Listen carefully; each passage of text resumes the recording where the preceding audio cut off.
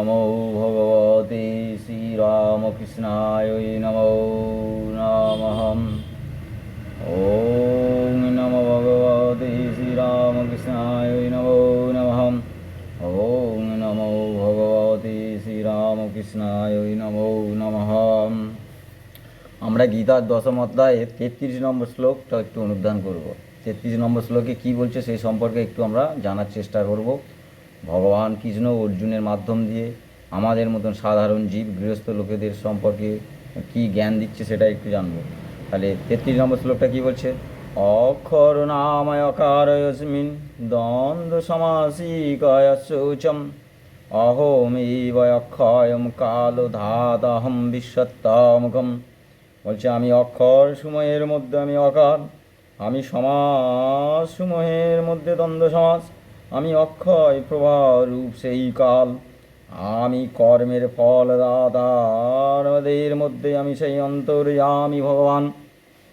তাহলে কি বলছে যে আমি অক্ষর সময়ের মধ্যে আমি সেই আকার অকার, যে আমাদের স্বরবর্ণ ব্যঞ্জন বর্ণ আছে, স্বরবর্ণ ব্যঞ্জন বর্ণের মধ্যে প্রথম যেটা শুরু হয় অকার দিয়ে, অকার। আর কি বলছে? দ্বন্দ্ব সমাস, সমাসের মধ্যে দ্বন্দ্ব সমাস, সেটাই হচ্ছে কি ভগবানের বিভূতি। আর অক্ষয় কাল প্রবাহ স্বরূপ, এই যে সময় প্রবাহিত হচ্ছে, সময় কারোর জন্যে স্থির থাকে না, এই প্রবাহিত সময় হচ্ছে কি ভগবানের বিভূতি স্বরূপ। আর আমি কর্মের ফলদাতা হিসাবে আমি যে ফল প্রদান করি সেটাই হচ্ছে আমি সেই অন্তর্যামী ভগবান। তাহলে বলছে অক্ষর নাম অকার অস্মিন দ্বন্দ্ব সমাসিকয়স্য চ অহম এব অক্ষয়ম কাল ও ধাত অহম বিশ্বত্ব মুখম। তাহলে এখানে বলছে অকার সকল বর্ণের প্রথম, সেই জন্যে ভগবানের বিভূতি। আর দ্বন্দ্ব সমাস যে সকল পদ দ্বারা গৃহীত হয় তাদের প্রত্যেকই পদের প্রাধান্য থাকে বলিয়া দ্বন্দ্ব সমাস সেই জন্যে ভগবানের বিভূতি। আর সকল ঘটনার সাক্ষী হিসাবে সেই সময়, সেটাই হচ্ছে কি ভগবানের বিভূতি। সময় কারোর জন্য থেমে থাকে না, সময় সময়ের গতিতে চলতে থাকে, সেটাই ভগবানের বিভূতি। আর দেবতা আদিদের উদ্দেশ্যে যে কর্ম অনুষ্ঠান করা হয় তার ফলদাতা হিসাবে প্রদান করেন, সেটাই হচ্ছে কি ভগবানের বিভূতি। মানে অন্যান্য দেবতারা চতুর্বর্গ ফল দান করতে পারে না। চতুর্বর্গ মানে ধর্ম, অর্থ, কাম আর মোক্ষ। ধর্ম দিতে পারে, অর্থ দিতে পারে, কাম দিতে পারে। কাম মানে কামনা বাসনা, মনের চাহিদা অনুযায়ী যা চাইবে তাই পাবে, দিতে পারে, কিন্তু মোক্ষ দিতে পারে না। সেটাই দিতে পারে সেই অন্তর্যামী ভগবান, সেটাই হচ্ছে কি তার বিভূতি।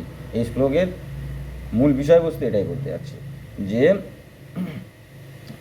ফল হিসাবে ফল প্রদানকারী হিসাবে সেই ভগবানকে বলা হচ্ছে, তিনি হচ্ছে কি অন্তর্যামী রূপে আছে, প্রতিটা জীবের মধ্যে সেই চৈতন্য রূপে বিরাজ করছেন সেই ভগবান।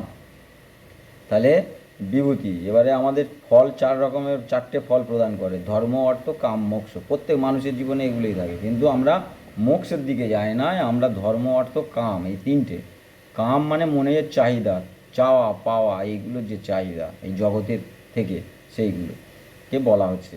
যেহেতু আমরা গৃহস্থ লোক, গৃহস্থ সম্বন্ধে বিষয়বস্তু সম্বন্ধে কথা মানে এটাই মূল বিষয়বস্তু হয়ে দাঁড়াচ্ছে, যে বিষয়বস্তুর উপরে যে জিনিসগুলো আমরা মনের চাহিদা মেটানোর জন্য যেগুলো প্রয়োজন, সেইগুলো কামনা বলা হচ্ছে। তাহলে আমি যদি ভগবানের ভক্ত হব, ভগবানের সন্তান হব, এই মনোভাব হলে সেটাও কামনা, কিন্তু সেটা আধ্যাত্মিক কামনা, বিষয়বস্তুর দিকে নয়, জড়জাগতিক বস্তুর দিকে নয়। তাই এখানে বলা হচ্ছে যে এই 4 রকমের ফল প্রদানের পরে অন্যান্য দেবতারা 3 রকমের ফল প্রদান করতে পারে। ধর্ম দিতে পারে, অর্থ দিতে পারে, কাম দিতে পারে, হ্যাঁ, কিন্তু মোক্ষ দিতে পারে না। মোক্ষ মানে মোক্ষ প্রাপ্ত হওয়া, সেই ঈশ্বরীয় জ্ঞান বা নিজেকে জানা বা আত্মজ্ঞান বা পরম ব্রহ্মের জ্ঞান, সেইটা জানতে গেলে সেটাই দিতে পারে একমাত্র সেই ভগবান অন্তর্যামী রূপে, যিনি বিরাজ করছে আমাদের মধ্যে, তিনিই দিতে পারেন। এই শ্লোকে মূল বিষয়বস্তু এটাই বলতে যাচ্ছে। সেই জন্য বলছে অক্ষর নাম অকার অস্মি।